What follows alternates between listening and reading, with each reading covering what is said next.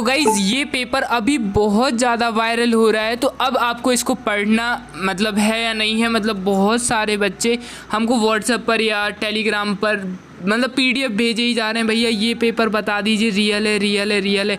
और गाइज़ एक प्रॉब्लम साथ में और हो गई है, यूट्यूब पर वीडियो अपलोड नहीं हो रही है। मतलब 3 बार वीडियो अपलोड करी, तीनों बार रिजेक्ट। उसमें क्या आ रहा था, 100 लाइक्स थे और व्यूज़ हैं 0, क्योंकि बच्चे लाइक कर रहे थे, आप लोग लाइक कर दे रहे थे, कमेंट कर दे रहे थे।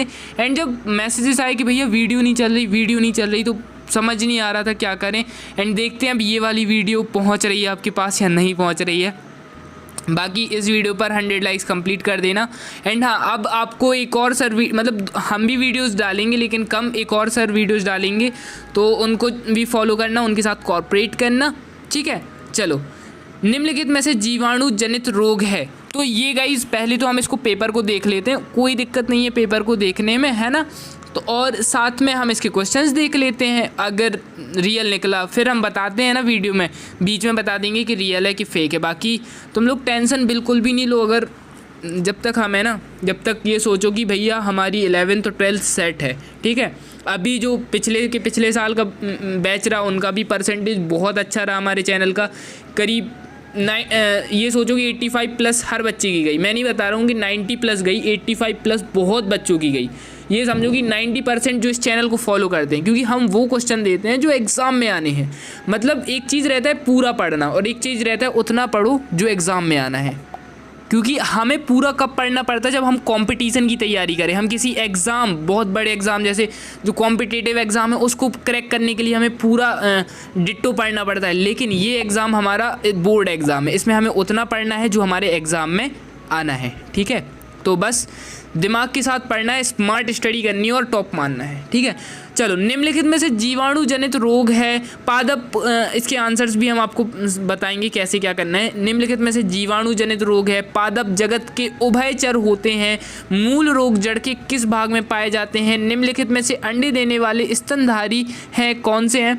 पौधों की जड़ों में जल तथा खनिज लवणों का परिवहन किस ऊतक द्वारा होता है। उसके बाद आ जाएगा रॉबर्ट ब्राउन ने निम्नलिखित में से किसकी खोज की थी।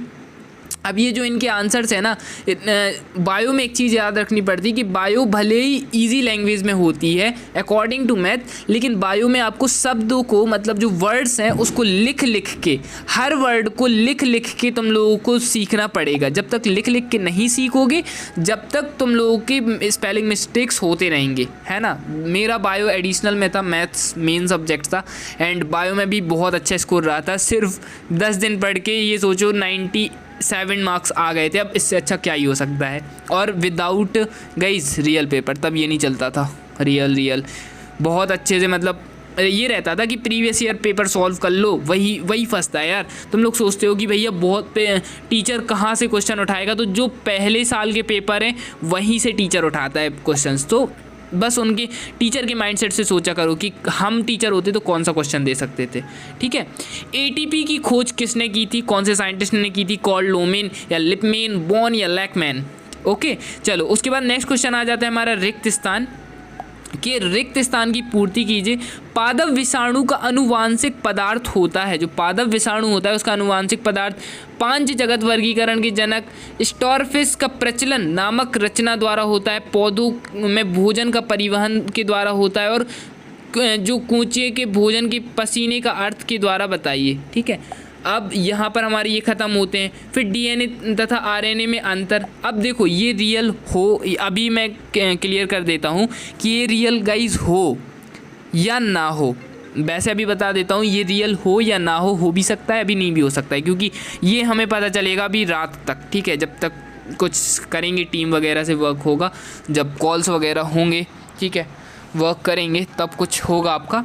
उसके बाद हमें पता चलेगा कि यार ऐसा ऐसा सिस्टम है, मतलब ये चीज़ रहने वाली है, तब हमें पता चलेगा। लेकिन इन क्वेश्चंस को करना कंपलसरी है, बिकॉज ये क्वेश्चंस आप सभी को भी पता चल रहे होंगे कि हमने कोचिंग में पढ़े, हमने स्कूल में पढ़े हैं, तो ये क्वेश्चंस कंप्लीट होने ज़रूरी हैं, ठीक है। इट्स वेरी ज़रूरी, ठीक है। चलो, जीवाणु शब्द का सबसे पहले प्रयोग किस वैज्ञानिक के द्वारा किया था, इसका आंसर तुमको कमेंट में बताना है ज़रूरी से, ठीक है, क्योंकि ये तुम्हारे बोर्ड्स में आएगा। मतलब सॉरी 11th फाइनल एग्जाम में आएगा। सवालों में पाए जाने वाले वर्णक का नाम लिखिए। मनुष्य के हृदय में कितने कोष्ठ होते हैं, ये भी बहुत इंपॉर्टेंट है। एक बीजपत्री मूल में संवहन बंडल की संख्या लिखिए। मास्ट कोशिका कहाँ पाई जाती है। हरित लवक किन कोशिकाओं के उपस्थित होते हैं। देनदार रोग किस तत्व की कमी से होता है। फिर आ जाते हैं सही जोड़ियाँ। सही जोड़ियाँ थोड़ी मेहनत वाले काम है। अब इन क्वेश्चनों को तुम लोग अगर ये रियल है या नहीं भी है, भैया की अब ये बात बहुत अच्छे से सुनना कि ये रियल है या नहीं है, लेकिन तुमको इन क्वेश्चनों को अपनी गाइड में, ठीक है, गाइड में ढूंढना है या कोई भी आपके पास जो सोर्सेज है जिनमें ये क्वेश्चंस मिल जाएंगे गूगल पर, इन क्वेश्चंस को एक कॉपी में नोट डाउन करना है और पढ़ना है, ठीक है, रियल हो या ना भी हो, क्योंकि ये क्वेश्चन बहुत इंपॉर्टेंट है गाइज। जैसे फर्स्ट क्वेश्चन है 5th वाला, सहजीविता से आप क्या समझते हैं और आर्ची बैक्टीरिया को जीवित जीवाश्म क्यों कहा जाता है।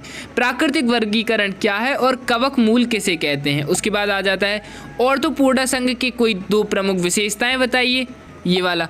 फिर उसके बाद आ जाता है पेरिफोरा संघ के 2 लक्षण लिखिए। उसके बाद आ जाता है पुष्प क्रम को परिभाषित कीजिए। उसके बाद आ जाता है श्रवण मूल को परिभाषित कीजिए। फिर कॉलिन काइमा ऊतक के 2 कार्य लिखिए। स्टार्टिंग में बहुत छोटे क्वेश्चन मिलने वाला है और ये क्वेश्चन चाहे तुम्हारा बोर्ड हो या कुछ भी हो, ये क्वेश्चन आएगा। जाइलम व फाइलम में अंतर लिखो या जाइलम व फाइलम के एक एक कार्य लिखो, तो अंतर और कार्य तो बनने चाहिए। ओके, उसके बाद मास्ट कोशिकाएं कहाँ पाई जाती हैं। पेशी को आस्थि से जोड़ने वाले ऊतक क्या कहलाते हैं। पेरियोटिक कोशिका से आप क्या समझते हैं, ये आएगा, ठीक है। पेरियोटिक इंग्लिश में अगर ज़्यादा लिखोगे तो ज़्यादा बढ़िया लगता है, यूकैरियोटिक और पेरियोटिक, है ना। कोशिका भित्ति के 2 कार्य लिखिए, ये वाला। पेप्टाइड बंध किसे कहते हैं। मोनोसैकेराइड से आप क्या समझते हैं। पादप एवं अंतुओं के 3 अंतर लिखिए। उसके बाद कवक मूल तथा शैवाल मूल में 3 अंतर लिखिए, ठीक है। कॉन्ड्रेटा और नॉन कॉन्ड्रेटा में 3 अंतर लिखिए। हालांकि उतना इंपॉर्टेंट नहीं है बट बहुत इंपॉर्टेंट भी है, बिकॉज आ भी सकता है नहीं भी आ सकता। इसका क्या रहता है 50-50% चांसेस रहते हैं। इसमें अंतर में DNA RNA ज़्यादा इंपॉर्टेंट है, साथ में जाइलम फाइलम, ये 2 अंतर बहुत ज़्यादा इंपॉर्टेंट चलते हैं 3 नंबर के उसमें, है ना। चलो इसके बाद यहाँ पर हमारा हो गया ये वाला।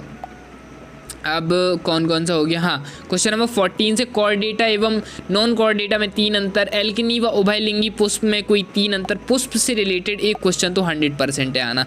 ओके, जाइलम व फाइलम के 2 कार्य। फिर हृदय पेशी की संरचना चित्र सहित स्पष्ट कीजिए। अब इसमें चित्र बनना है तो गाइस ध्यान से, ठीक है, ये क्वेश्चन कर सको तो ज़्यादा बेटर, बिकॉज चित्र में तुम लोग गलती कर देते हो।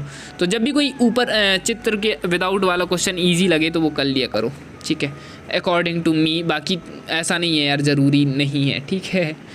उसके बाद हमारा आ जाता है नेक्स्ट क्वेश्चन, हरित लवक की संरचना एवं कार्य लिखिए। प्रोटीना के महत्व एवं उपयोगिता का वर्णन कीजिए। कार्बोहाइड्रेट के प्रकार एवं उनके कार्यों का वर्णन कीजिए। जंतु कोशिका नामांकित चित्र बनाइए। अब ये बना लेना, बढ़िया से बनाना, बहुत प्यारा सा डायग्राम है, ठीक है। द्विनिषेचन क्या है ये गाइस, द्विनिषेचन का क्वेश्चन तो बिल्कुल कर ही लेना, कर ही बिल्कुल अच्छे से। द्विनिषेचन का क्या मतलब इसका महत्व है, कार्य, ये सब कर लेना, ठीक है। प्रारूपिक जीवाणु कोशिका को स्वच्छ नामांकित चित्र एक बार बना के जरूर देखना, पेन से ऐसे गूद गाद के जैसे भी बने तुम लोग चित्र बना लेना, ठीक है। उसके बाद ऑर्थोपोडा प्राणी समूह का सबसे बड़ा वर्ग, इस कथन को प्रमुख कारण लिखिए, उतना इंपॉर्टेंट नहीं है।